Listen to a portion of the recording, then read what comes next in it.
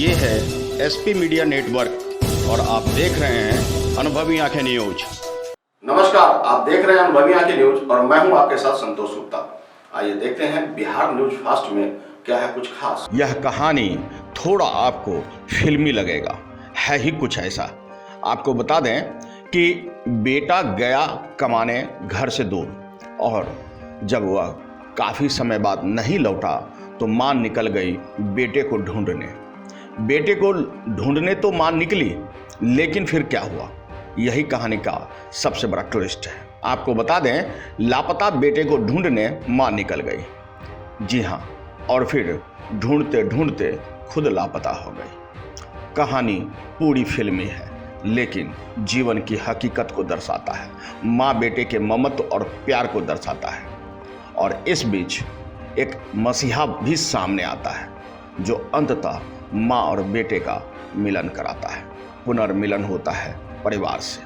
पूरी कहानी आपको बताएंगे क्योंकि रमजान का महीना है, पावन पर्व का महीना है और इस रमजान और पावन पर्व की खुशी को यह कहानी दुगुनी कर देती है। रमजान के इस महीने में निश्चित रूप से शैमुन निशा अपने परिवार से मिलकर बेहद खुश है और वहीं उसका परिवार भी इसे ईदी मानकर बेहद खुश। पर्व खास है और इस खास पर्व पर अपनों का मिलन उन्हें और भी मिठास घोलने में काम कर रहा है। शैमुन निशा 51 वर्षीय पिछले 2 वर्षों से अपने घर से बिछड़ी हुई थी। उनके परिवार को 9 अप्रैल को एक एनजीओ की मदद से मिलवाया गया। मेरा नाम मनीष कुमार है। मैं एस्पायरिंग लैब्स एनजीओ का मैनेजिंग ट्रस्टी हूँ। हमारी संस्था एस्पायरिंग लैब्स ने शैमुन निशा का उनके परिवार से पुनर्मिलन कराया है। परेशान माँ उसे ढूंढने निकली तो खुद ही गुम हो गई। हमारे एनजीओ ने शैमुन निशा का उनके परिवार से रियूनियन कराया है। 2 साल के बाद अपने परिवार में जाने के बाद शैमुन निशा और उनके परिवार काफ़ी खुश है। शैमुन निशा का बेटा मोहम्मद आजाद, बड़ी बहन कमरुन निशा और अपने पड़ोसी एजाजुल हक के साथ वे पहुंचे चेन्नई। जी हाँ, बिहार से वे लोग पहुंचे चेन्नई, वे 21 केनी, और वहां पहुंचकर उन्होंने अपनी बहन माँ से मिलकर उन्हें घर लाने की कवायद की। आपको बता दें कि शैमुन निशा अपने निवास यानी अपने घर सारण जिला बिहार से लापता हुई थी। वे वहां से अपने बेटे को ढूंढने यानी मोहम्मद आजाद को ढूंढने कोलकाता के लिए निकली। शैमुन निशा के घर पहुंचने से पहले परिजनों में बेहद यह पीड़ा थी कि आखिर उसके अपने कहाँ चले गए। आपको बता दें, इन सब कार्य में एस्पायरिंग लाइव्स ने खास भूमिका निभाई। शैमुन निशा के परिवार से उन्हें मिलवाया। बताते चलें कि शैमुन निशा जो मियाँपट्टी गांव मांझी प्रखंड और जिला सारण बिहार की रहने वाली हैं, 2 वर्ष पूर्व यानी 10 जनवरी 2019 को अपनी बड़ी बहन कमरुन निशा के घर जलालपुर गांव रिविलगंज प्रखंड सारण से लापता हो गई थी। अपनी मां के देहांत के बाद शैमुन निशा अपनी बड़ी बहन कमरुन निशा के घर रहने लगी थी। पुनर्मिलन के बाद वे सीधे यहीं आई भी है। 10 जनवरी 2019 को अपनी बड़ी बहन कमरुन निशा के घर से अपने बेटे मोहम्मद आजाद को ढूंढने के लिए पड़ोसियों को बोलकर वह कोलकाता के लिए निकल गई।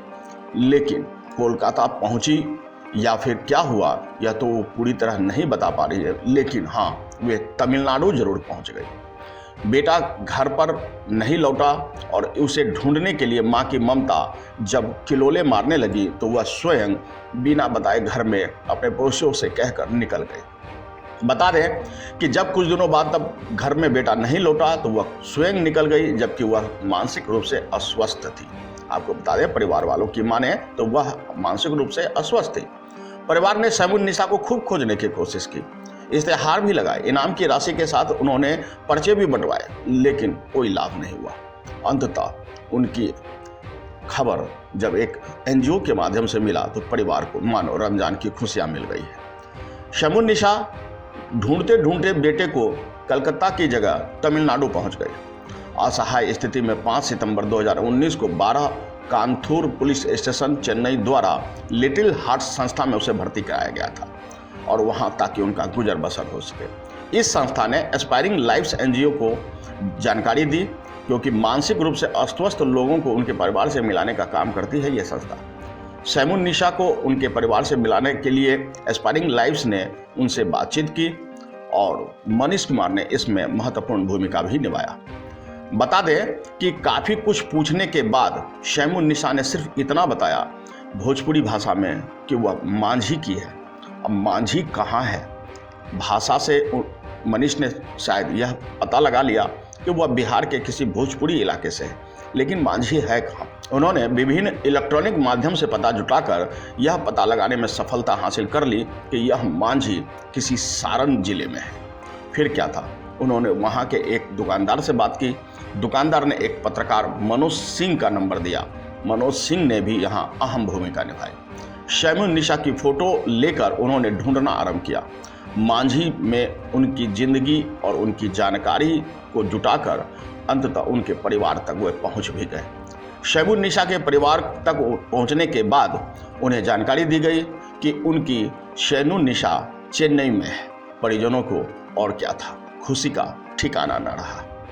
रमजान के इस मौसम में, इस माहौल में अगर अपनों से मिलने का खुशी मिल जाए तो फिर क्या है। बता दें कि परिवार ने तो उन्हें शायद मृत मानकर मन महसूस कर घर में बैठ लेना ही उचित समझा था, क्योंकि वो थक हार गए थे। लेकिन जब उनके जीवित होने की खुशी उन तक पहुंची तो उनकी खुशी का ठिकाना न था। सैमुन्निसा अपने परिवार से मिल सके, इसके लिए एस्पायरिंग लाइव्स के संस्थापक ने काफ़ी अहम भूमिका निभाया। और फिर क्या था, अंततः एस्पायरिंग लाइव्स की यह कोशिश और लिटिल हार्ट्स के द्वारा दी गई तमाम सुविधाएं, इन सब के बीच आखिरकार सैमुन्निसा अपने घर लौट पाई, बिहार से या पहुंच पाई, यानी तमिलनाडु से आकर बिहार अपने घर तक लौट पाई। परिवार में पहुंचकर वे बेहद खुश हैं। रमजान की खुशियां मिलाई है। सैमुन्निसा के अपने परिवार के पुनर्मिलन में एस्पायरिंग लाइव्स ने महत्वपूर्ण भूमिका निभाई। आपको बता दें कि एस्पायरिंग लाइव्स 8 मई 2018 को पंजीकृत हुई और अब तक 110 मानसिक रूप से अक्षम लापता लोगों को मिलवाया है। सैमुन्निसा भी इसी कड़ी में एक है। परिवार को सैमुन्निसा मिला, सैमुन्निसा को परिवार मिला। बेटे को ढूंढने निकली माँ खुद लापता हो गई, यानी लापता बेटे को ढूंढने निकली माँ खुद लापता हो गई। और एक एनजीओ की मदद से आज माँ, बेटे और परिवार का मिलन भी हुआ। रमजान के पावन पर्व पर यह सुखद खबर दोनों परिवारों के लिए बेहद उत्साहमय और उल्लासपूर्ण रहा। आपको बता दें कि इस तरह की खबर भी हम इसलिए दिखाते हैं ताकि लोग इंस्पायर हो सके इससे और अपनों के ढूंढने में उन्हें मदद मिल सके, अपने जो उनसे खो गए हैं उन तक पहुंचाने में दूसरों को भी अहम भूमिका सामने आ सके। अगर कोई आपको इस तरह के विक्षिप्त या इस तरह से लापता मिले तो कोशिश करें इंसानियत और मानवता के धर्म के साथ कि उनकी यथासंभव सहायता की जाए। ब्यूरो रिपोर्ट, अनुभवी आंखें न्यूज, सारण, बिहार। तो आज के लिए इतना ही। हमारे साथ बने रहिए और खुद को रखें अपडेट। तो देखते रहें अनुभवी आंखें न्यूज। और हाँ, पढ़िए भी अनुभवी आंखें अखबार। हमारे वॉलंटियर सदस्य बनिए और आधार कार्ड, वोटर कार्ड की फोटो कॉपी भेजते हुए हमें इस नंबर पर कॉल कीजिए 8826227802। लाइक और सब्सक्राइब करना ना भूलें दोस्तों।